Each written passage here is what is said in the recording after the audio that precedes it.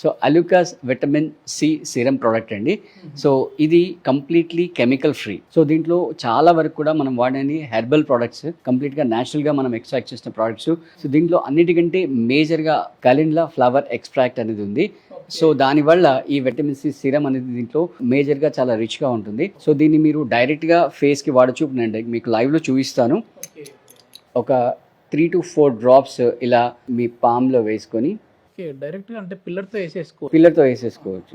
ఇప్పుడు కొన్ని వచ్చేసి డైరెక్ట్గా ఫేస్ మీద వేసుకోవాలంటుంటారు కదా సార్? అవును, అంటే అవి కెమికల్లీ డిజైన్ ప్రోడక్ట్స్ కాబట్టి వాళ్ళు చెప్తుంటారు. సో ఇది హెర్బల్ ప్రోడక్ట్ కాబట్టి మీరు డైరెక్ట్ ఫేస్ మీద కూడా వేసుకోవచ్చు, నష్టమే ఉండదు.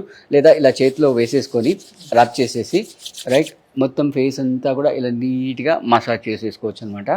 ఇది చేసేసుకొని ఒక 3-4 మినిట్స్ అలాగే వదిలేసేయాలి.